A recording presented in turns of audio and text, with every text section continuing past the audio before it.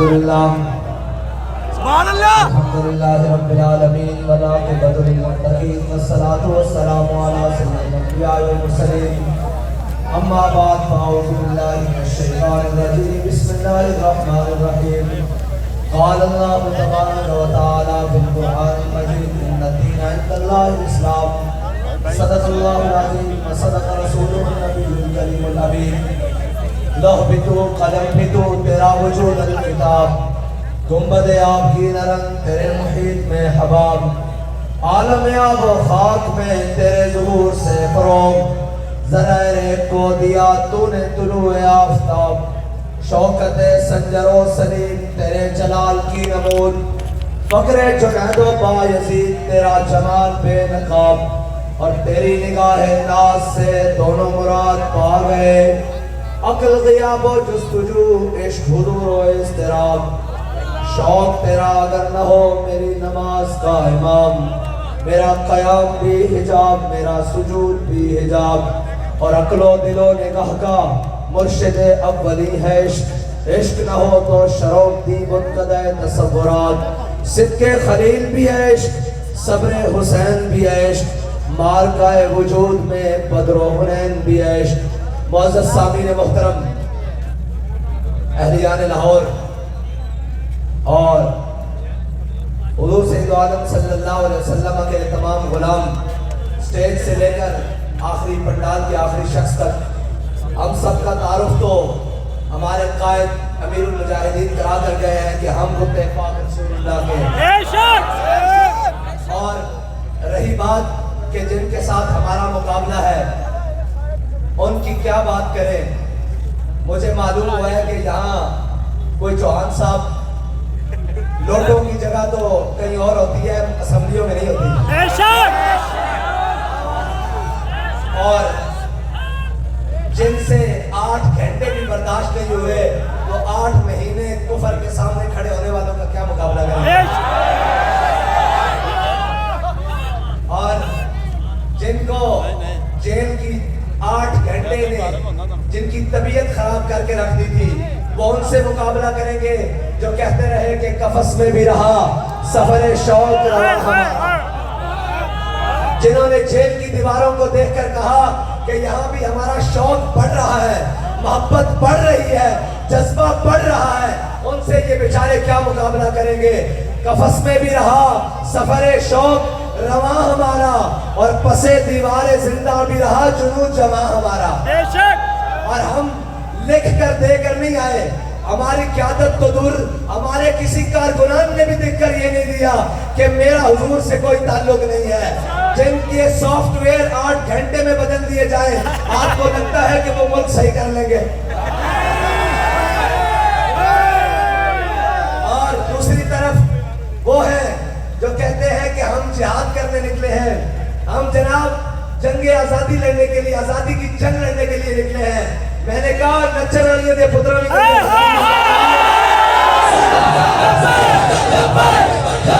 یا رسول اللہ لبیک لبیک یا رسول اللہ لبیک لبیک یا رسول اللہ لبیک لبیک یا رسول اللہ لبیک یہ بات ایسے نہیں ہے جن کے بڑوں نے انگریزوں سے جاگیریں حاصل کی ہوں جن کے بڑوں نے جنگ آزادی کے مجاہدین کی لسٹیں انگریزوں کو مخبریاں کر کے دی ہوں ان کی اولادیں کبھی آزادی کی جنگ لڑ سکتی ہے آزادی کی جنگ وہ لڑیں گے جن کے بڑوں نے 1857 سے لے کے 1947 تک 1947 سے لے کر 74 کی تاریخ ختم نبوت تک اور 74 کی تاریخ ختم نبوت سے لے کر فیض آباد کی سرد فضاؤں تک اور فیض آباد کی سرد فضاؤں سے لے کر وزیر آباد پل تک جنہوں نے ہر ظالم کے سامنے کھڑے ہو کر کہا کہ ہے مشق سخن جاری اور چکی کی مشقت بھی ایک طرفہ تماشا ہے حسرت کی طبیعت بھی جو چاہو ستم کر لو اور بھی کھل کے لو پر ہم سے قسم لے لو کی ہو جو شکایت بھی شاہوں کے تکبر سے بھی شاہوں کے تکبر سے بھی شاہوں کے تکبر سے بھی دب کر نہ رہا میں آخر کس بار گاہ خاص کا گدا ہوں یا رسول اللہ لبیک لبیک لبیک